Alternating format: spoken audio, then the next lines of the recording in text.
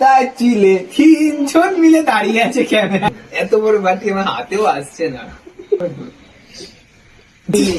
Hello guys, welcome to our new blog. আশা করি তোমরা সকলে ভালো আছো, আমিও ভালো আছি।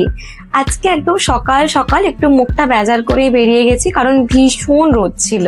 হাতে নিয়ে নিয়েছি দুটো ঝোলা, কারণ চলেছি বাজারের পথে। সকাল সকাল বাজার যাওয়া আমাদের দিনলিপিতে খুব একটা দেখা যায় না, তাও আজকে বেরিয়ে পড়েছি, কারণ আজকে আমাদের বাড়িতে কিছু কচি কাঁচার ভিড় হতে চলেছে। একেবারে কচি কাঁচা নয়, দেখতে ধীরে, তবে বয়সটা অল্প, তাই কচি কাঁচা। রাস্তা বেশ ফাঁকা ফাঁকাই ছিল। সকাল তখন প্রায় 8:30-9টা মতন বাজে। রোদের তেজ ছিল দেখার মতন, আর ছিল মেঘলা দিন, তার জন্য খুব গরমও করছিল। প্রথমেই নিয়ে নিয়েছিলাম মাংস। মাংসের দোকান থেকে বেশ 3.5-4 কিলো মতন মাংস নিয়ে এরপর হাসি হাসি মুখে আমি বেরিয়ে যাব অন্য সব বাজার করতে। কিন্তু আমাদের এই রথতলায় এরিয়ায় যে যানজটটা হয় এই টাইমে, তারা রথতলায় যারা থাকে তারা ভালোই জানবে, কারণ এই টাইমটা হলো অফিস টাইম, তো চারিদিক থেকে আসে যানবাহন। সেই কারণে এই জায়গাটায় ভীষণ একটা ক্যাওস সৃষ্টি হয়। এইখান থেকে এরপর বেরিয়ে গেলাম বাজার করার জন্য। গেছিলাম আমাদের শখের বাজারে, কিন্তু আমি না বাজার করতে গিয়ে সেদিন একটু ডিসঅ্যাপয়েন্ট হয়েছি। এক তো ওখানে অনলাইন সিস্টেম নেই। আচ্ছা, আমরা চাকরি করি, আমরা পাই অনলাইনেই আমাদের মাইনেগুলো, নিশ্চয়ই আমাদেরকে ক্যাশে দেয় না। তাহলে তোমরাই বলো যে কিভাবে এখন আমি ক্যাশ নিয়ে আসবো সবসময়? তাহলে রোজ দিন আমায় যেতে হবে এটিএম এ, আর এটিএম থেকে টাকা তুলে তবে আসতে হবে বাজারে। তো এটা কি সবসময় সম্ভব বলো তো?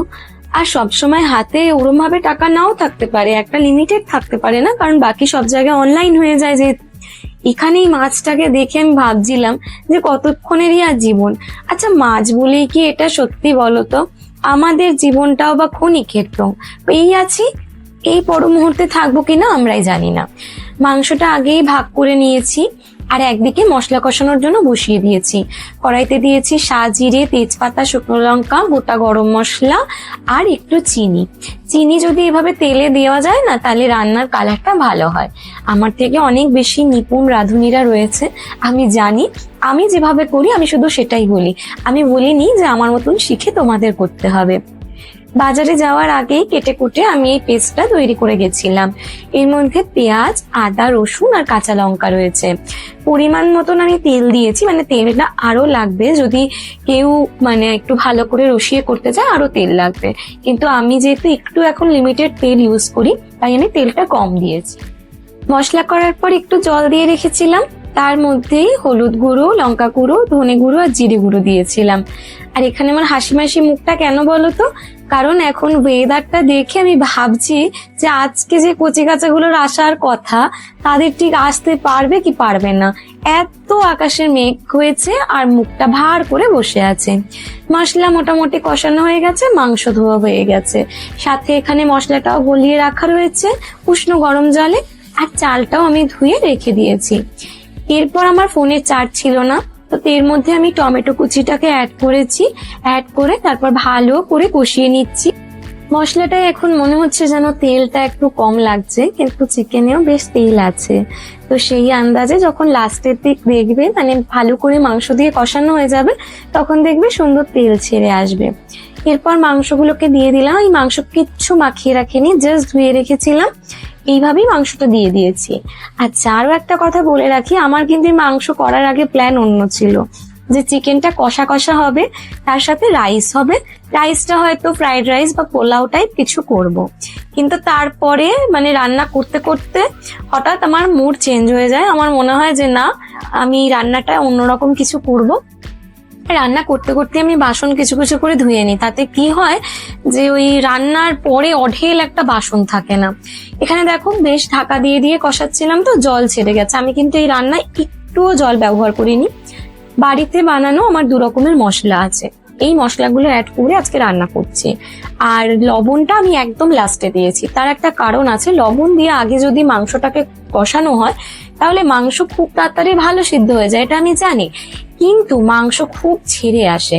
এবার আমি যে প্ল্যানটা করেছি, সেই এরকম ভাবে করতে গেলে মাংসটাকে একটু কম সিদ্ধ করলে ভালো। হাসি হাসি মুখটা আবার দেখলে আমার, তার কারণ হলো রোদ উঠেছে আবার। আমি ভাবছি আমার মতন ওয়েদারও আজকে কনফিউজ যে কি করবে।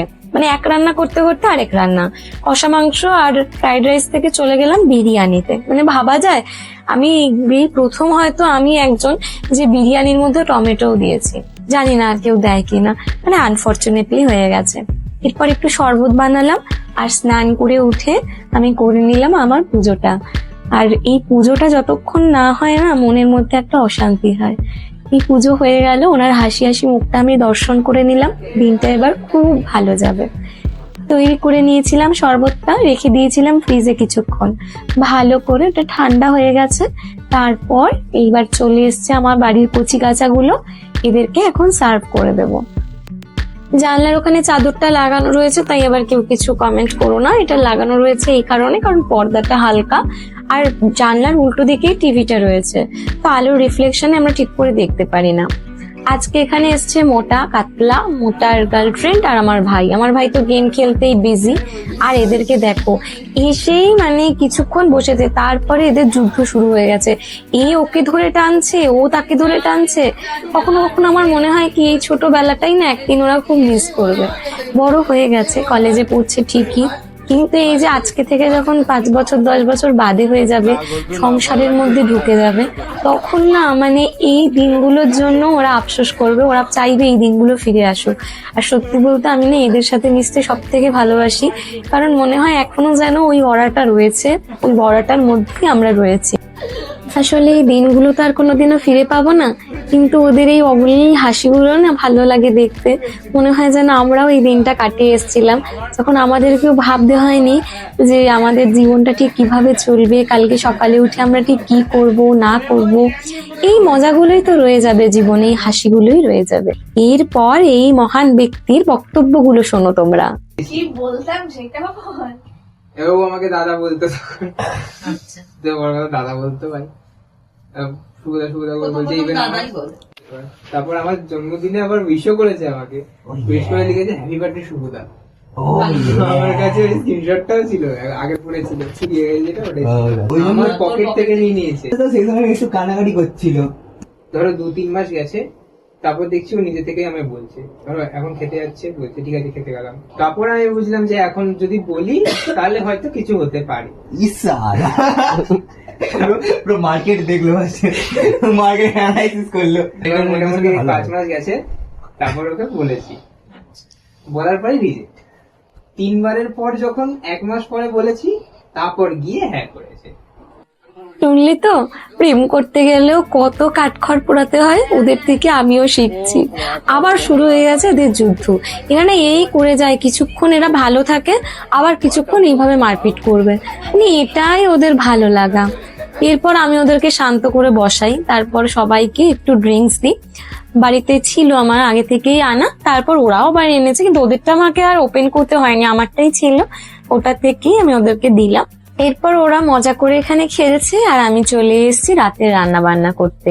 একটু আলু আর পেঁয়াজ কুচি করে নিয়েছি, আর একটু সাথে লঙ্কা আবার কম দিতে হচ্ছে, কারণ একজন আবার বেশি ঝাল খায় না। রান্নাঘরের এই আরেক সঙ্গী আমার, রান্নাঘরে আসলেই আমি ফোনটা নিয়ে নয় প্রবাসী ঘরকন্যা, নয়তো মৌ মুখার্জি ব্লগ, এদের দুজনের ব্লগগুলো দেখি, পুরোনো ব্লগগুলো পর্যন্ত দেখি, ভাবতে পারছো। আর আজকে যেহেতু এত ছোটবেলার কথা মনে পড়ছিল, তাই স্কুলের সেই টিফিনের চাউমিন তৈরি হচ্ছে রাতের ডিনারে।